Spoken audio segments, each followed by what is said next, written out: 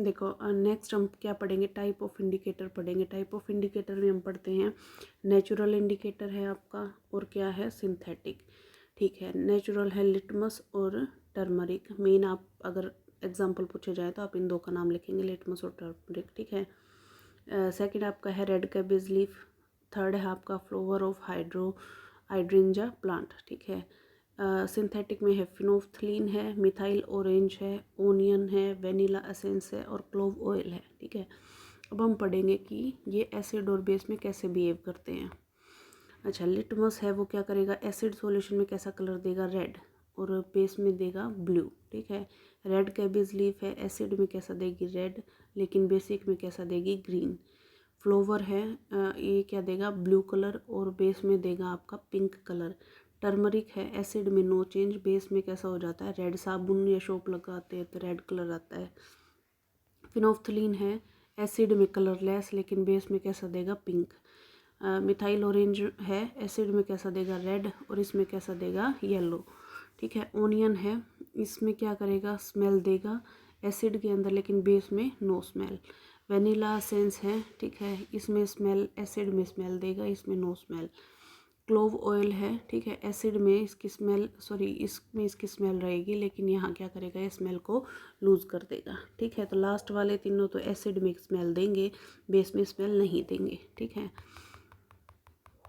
अच्छा दो और हैं, फिनोफ्थलीन और टर्मरिक है।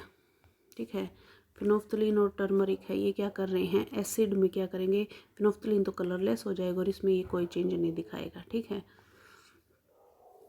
अच्छा नेक्स्ट पे चलते हैं हम।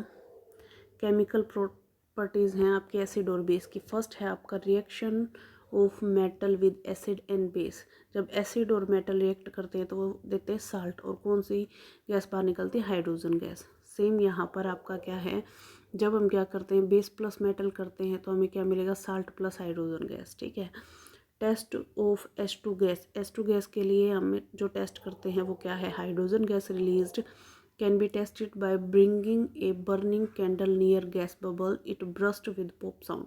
इसने क्या कहा है कि जब हाइड्रोजन गैस रिलीज होती है, ठीक है, तो उसको टेस्ट करने के लिए जो भी हमने टेस्ट ट्यूब वगैरह ली है या फिर जो भी हमने कंटेनर लिया है उसके पास हम एक बर्निंग कैंडल लगाएंगे।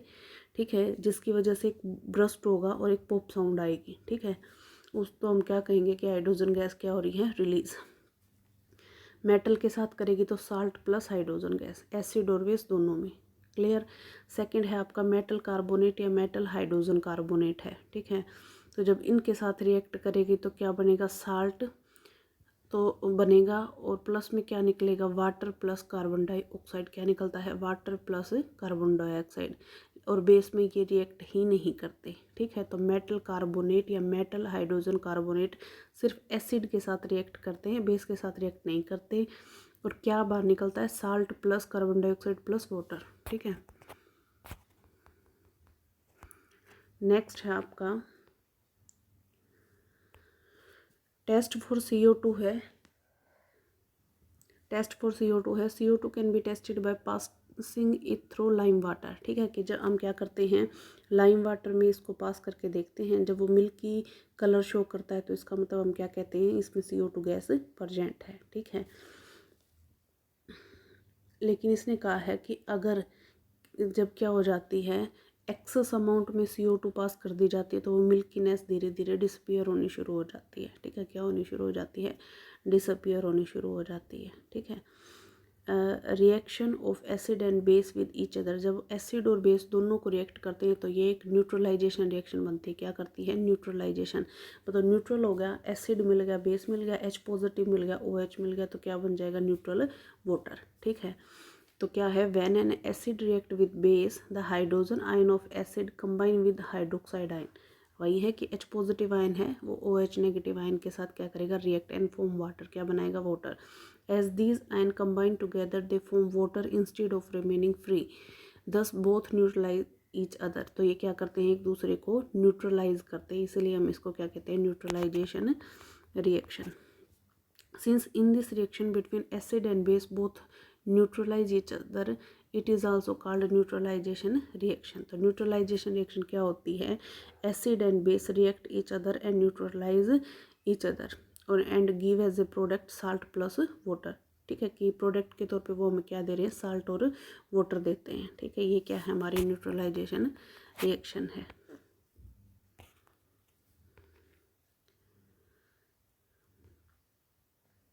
Dilution of acid and base है आपका।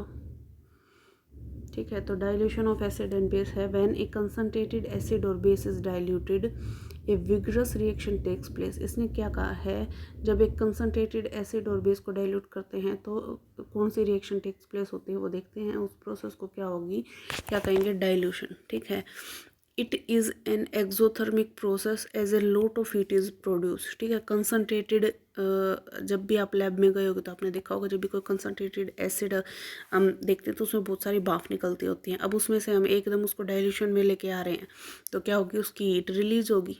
ठीक है, तो इसलिए क्या है, एक एक्सोथर्मिक रिएक्शन है।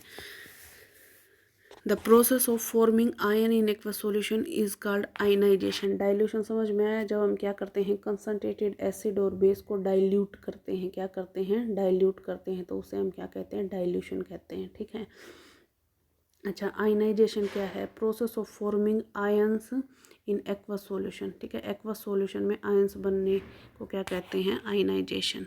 थैंक यू, और हम कल करेंगे।